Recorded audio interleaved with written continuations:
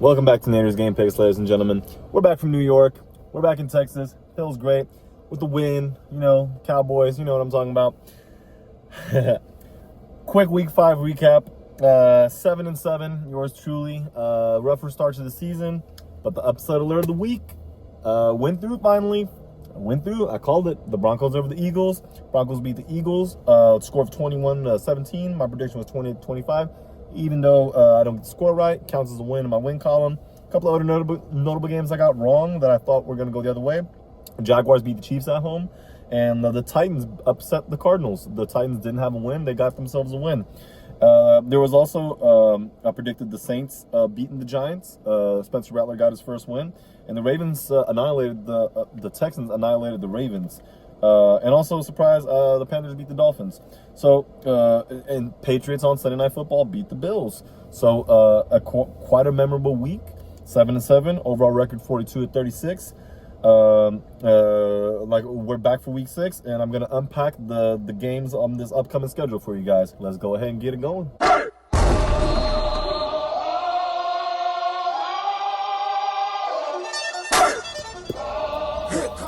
All right, guys, we're going to start things off with Thursday Night Football. We got the Eagles at the Giants. Eagles, first loss last week against the Dolphins. Quick turnaround, division game. Giants hosting them. Giants came out firing early against the Saints, 14-3. Lost that game late. I think Jackson Dart suffered maybe a minor injury.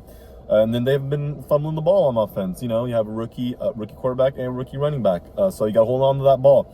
Playing against the Eagles team, coming off of a loss, going on the road, short week. Potential, there's great potential for the Giants to come out and beat this Eagles team. Division games are always tricky to play, but I think the Eagles, after a rough week, are going to come back here, got to make adjustments. Jalen Hurts got to find his receivers. You know, they have to be able, they either start really good and then they cool off, or they start very poor and then accelerate. This is not a winning formula for long-term success, I would say, so we'll see how they do it in this game. I think they do beat the Giants in the end of a score of 20-16. For my apologies, 15 matchups week 6, 2 bye weeks. It is the Minnesota Vikings and the Houston Texans. Two very good defenses sitting out in this week 6.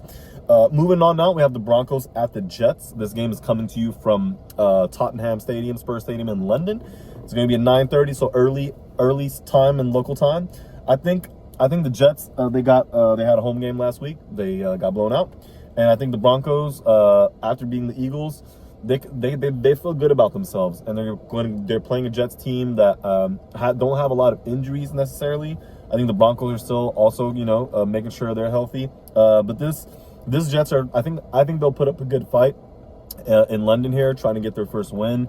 For some reason, as the home team last week, they were dressed in all black, and the sun was on their sideline the entirety of the game.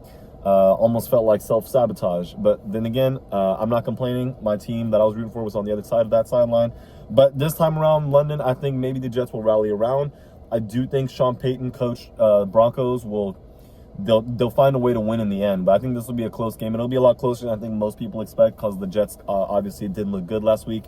They just have to protect. They got to give their quarterback some time to breathe in that pocket, and they can't turn the ball over, especially against the good Broncos defense. I do have the Broncos winning in the end in London of a score of 24-22 over the New York Jets. Now we get into our 1 p.m. slot of games. We got the Cardinals at the Colts. Cardinals lost to the Titans at home. Didn't look good. I think there's a lot of questions about Jonathan Gannon.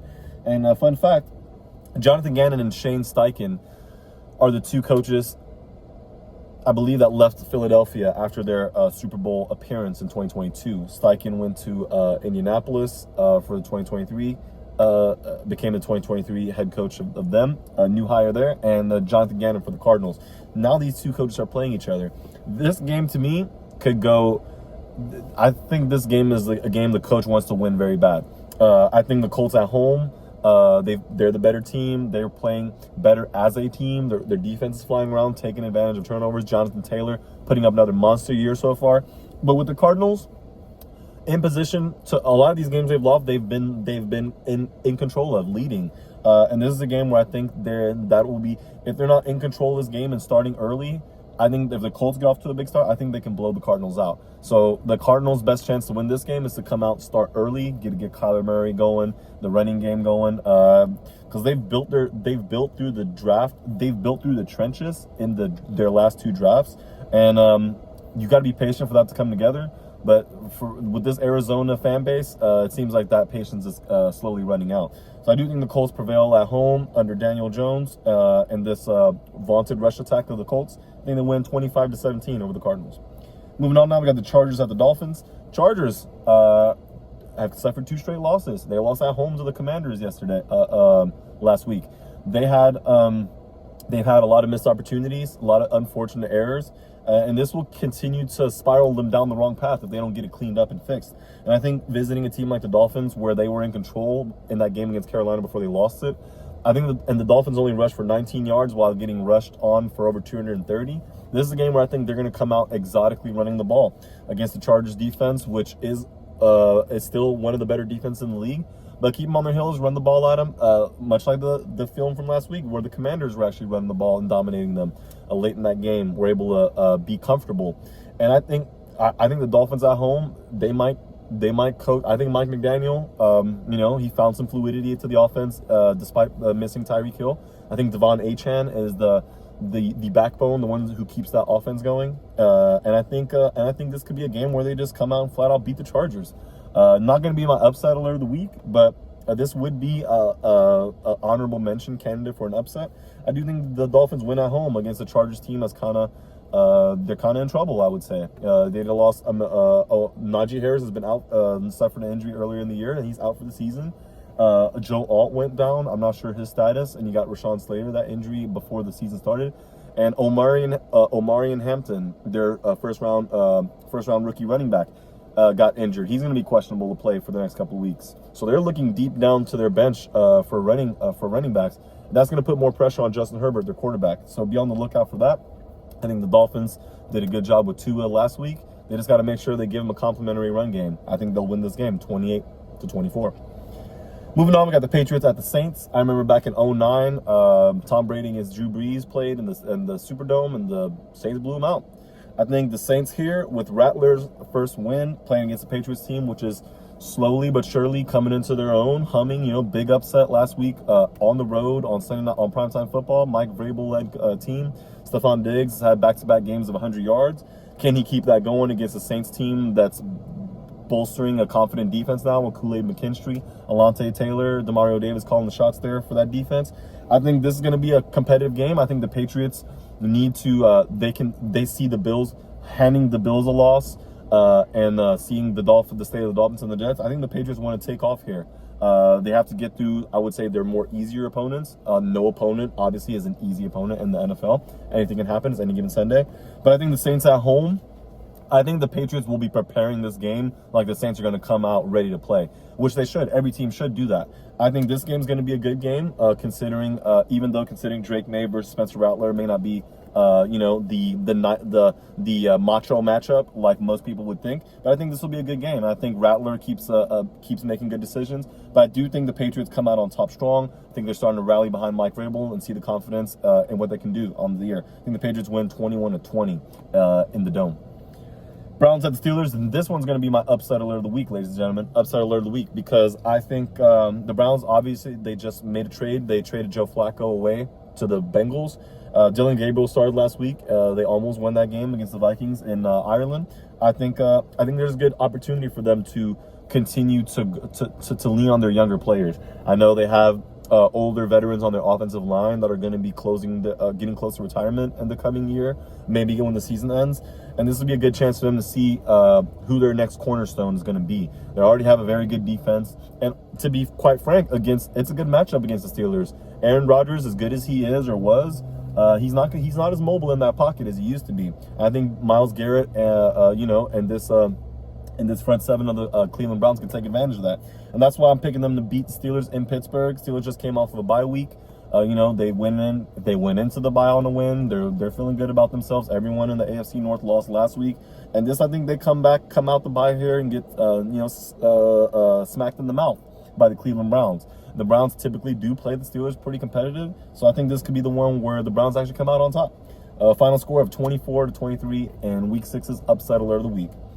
Cowboys at the Panthers. The Cowboys have won 2 straight games in Carolina. They'll play with backup O-lines again, I believe. Big showing from Ryan Flournoy. Big showing from the offense in general. Running the football, blocking, scheme looks very different compared to an offense coached by Mike McCarthy. And the Panthers are feeling good too. Obviously, revenge of Rico Dowdle, former Cowboy. Had some things to say after he ran for a career game. But this is not the same Cowboys defense. They more stout up front, a little bit shaky in the secondary. But with the Panthers, you have a quarterback who is not playing the most confident he can. Shorter quarterback, Bryce Young. He's taking a lot of sacks, takes a lot of punishment. So the Panthers don't want to drop him back more than 30 times to pass in order for them to win this game. They're going to try to establish a run, much like they did against the Dolphins last week, and the Cowboys need to be prepared to stop that. That's going to be the key for the Cowboys to win. This game could be a shootout if the Panthers are controlling the clock and possessing the ball, keeping away from the MVP caliber of play of the quarterback of the Cowboys offense. So, but I do in the end think the Cowboys offense is too much to deal with for the Panthers. I got them winning with a score of 41-24. Seahawks at the Jaguars. The Jaguars, in this series record, they've only beat the Seahawks 3 times out of 9. One of those times was in Jacksonville when they went to the AFC Championship in 2017, the Saxonville team, if you will. But this year, after that win against the Chiefs at home, now, yes, there were mistakes made by the Chiefs, but you still have to take advantage of them and convert, even though the turnover about can be 4-0. But if you don't cash in points off those turnovers, that team that committed the 4 turnovers may still have a chance to win in the end. I think that's going to be the key for the Jaguars to put away the Seahawks. They're a very good team. They're explosive. Sam Darnold and Jackson Smith and Jigba have some very good chemistry together. A little inconsistent in the backfield is Zach Charbonnet. Not as explosive of a runner as Kenneth Walker, but reliable to say the least. A.J. Barner, tight end out of Michigan, coming into his own. I think he's got 4 or 5 touchdown pass receptions on the season. That's going to be a player that Jaguars might want to key in on. You got Devin Lloyd and Fred Oluokun. Those are going to be like that's going to be your matchup, them against the Seahawks tight ends. Seahawks like to run the ball, like play action. They actually call really good games. Now, the Seahawks defense is where it's going to get interesting. Maybe the Jaguars want to target Devin Witherspoon, who just came back from injury, with either Brian Thomas or Travis Hunter. But the Jaguars' best bet to keep the ball away from the Seahawks, an exposed Seahawks offense, is to run the ball efficiently and effectively with Travis Etienne and Tank Bigsby in between the tackles. And their rookie name, his name is Tootin. I don't know his first name, but he can give him some juice off the bench as well. I think the Jaguars will keep this going. I think Liam Cohen knows what he's doing. They have a stretch of home games here. They're going to go on a long road stretch, I believe. So you definitely want to enter your road stretch coming a solid 5-1, and it will be leading the AFC South. I think that's a feat that not a lot of people expected this early in the season. I think the Jaguars beat the Seahawks 28-26. Moving on now, we got the Rams at the Ravens. The Ravens, I think Lamar Jackson's still questionable to return. They have a bye week the week after. Maybe they don't want to rush him back for one game. The Rams lost a tough game last week on Thursday night, so they've had a longer time to prepare. They'll be a little bit more healthier. They had some players nicked up, but I think they'll be just fine. Playing a Ravens team that didn't play well, haven't been playing well, struggling against the run and the pass. I think the Rams, it's not going to look the prettiest, I believe, but I do think they get it done here on the road against the injured, depleted Ravens team. 30-15. I think the 30-15. I think the Rams will beat the Ravens on the road. Now we move on to our midday, the 4:05 slot games, starting over at the West Coast, or on the west side of the country, because it's not coastal. Titans at the Raiders, at the Las Vegas Raiders. I think a matchup between 2 1-4 teams, 2 potential sellers at the trade deadline. I think the Titans, that game they beat the Cardinals, even though they got a win for their coach, Brian Callahan, there was still some poor management in that game. I believe they tried to go for 2 when they got 12 to get 14, when in reality they should just kick the extra point. So I think that kind of stuff is going to keep them from beating another bad team like the Raiders, who have not played good, not protected Geno Smith well. Geno Smith leading the NFL in interceptions, I believe. So this Titans defense secondary is actually not that bad. L'Jarius Sneed, and I think they can take advantage of errant throws from Geno Smith, considering the Raiders' running game struggles to get going. That's going to be the key for them. I think they get that going here. They have a very good, impressive young rookie. scheme up some runs. I think the Titans obviously will struggle on offense, even though the Raiders' defense haven't been that much better, but you do have Matt Crosby over there coming after that rookie Cam Ward. So I think that's going to help the Raiders propel them here. I think they'll win of a score of 32-17 over the Titans. Bengals at the Packers. The Packers coming off of a bye week. This could be dangerous for them. They're at home. The Bengals have lost Joe Burrow. They just traded for Joe Flacco. I think they're still trying to save their season, see if Joe Flacco can get them into a streak of winning. They still have decent weapons on that team, but this team will also probably be sellers at the trade deadline if this trade for Flacco doesn't show them any positive results in the next couple weeks. And it'd be a good test here at a Packers team that just coming off of a bye. They tied going into the bye, so Matt LaFleur is not happy with his team this whole week and a half, this whole 2 weeks, week and a half they've had off before matching up against the Bengals this Sunday. They're at home. They're going to have a lot to prove, and I think the Bengals are going to come in, play loose, and they're going to score some points here. I do think the Packers prevail at the end, though, coming off a bye. You got to stay ahead in the AFC and the NFC North, which is one of the tougher divisions this year in the league. I do think the Packers win with a score of 31-27. 49ers at the Buccaneers. I think the Buccaneers have lost their last three or four matchups to the 49ers. This will be the game at home where they actually break that little losing streak they've had to them. I think the Niners are doing very good with Mac Jones. Obviously, their Nick Bosa is going to be out for the year. They have so many injuries. Ricky Pearsall didn't play the last game. I think Jawan Jennings didn't even play the last game. Yet they're still out there scheming it up. Kyle Shanahan's just fearless. He knows that he can't. He knows that this team he has, when fully healthy, will have a chance. So he needs to do all he can for them to stay in the race, even if it's early in the season. Because a lot of teams are banged up, but that's where good depth separates the teams that are just top heavy, meaning your starters are the best players, and then trickling down, it's not so good. I think the Niners will put that on full display, but I think the Tampa Bay Buccaneers and another MVP candidate caliber player, the Buccaneers quarterback, is going to be there in the end to seal the deal.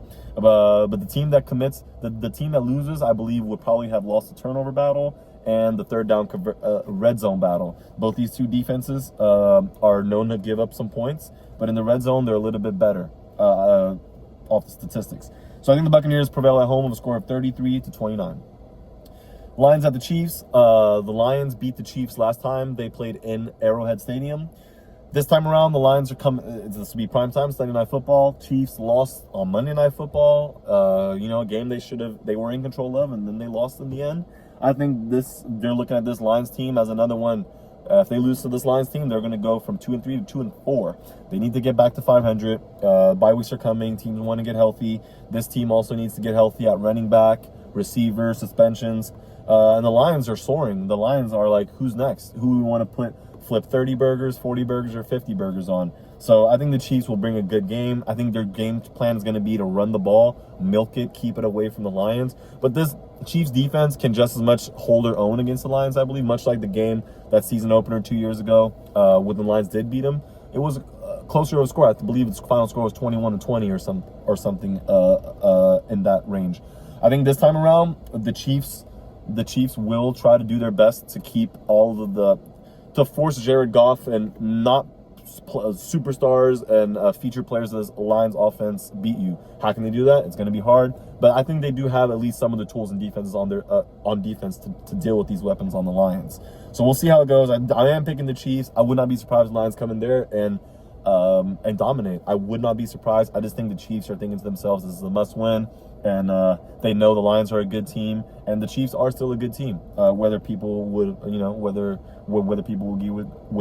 agree with it or not. I do think that the Chiefs win a score of 28-20. Monday night, another doubleheader on Monday Night Football. The Bills at the Falcons. The Bills going on the road against the NFC team. They've been home quite a bit. Had some division games. Playing a Falcons team coming off of a bye week, ran the ball very efficiently. They're going to have to deal with probably the most explosive player in the NFL, Bijan Robinson. Michael Penix had a good showing before they went into the bye. I think they have a good idea of where they want to attack Buffalo. Buffalo's at a bit of a disadvantage coming off of a loss where the Patriots showed some things on film that they could take advantage of. The Patriots were able to run the ball, and this Falcons offensive line and offensive front is definitely one that can run the ball. So that's going to be tough for the Bills, especially if they're expecting Josh Allen to drop back there, pass the ball 30 times, run the ball himself. It's a little bit too much on your quarterback. You know, he's going to be more prone to mistakes and turnovers that way.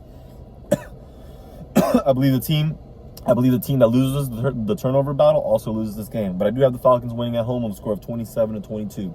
And for our follow-up matchup on Monday Night Football, the Bears at the Commanders. The famous play from last year where Tyreek Stevenson tipped it, Noah Brown catches it. Tale of two seasons. The Commanders go into the wild card, will advance all the way to the NFC Championship, and the Bears completely lost. They ended up losing multiple games in a row, and they failed, and they fired their head coach.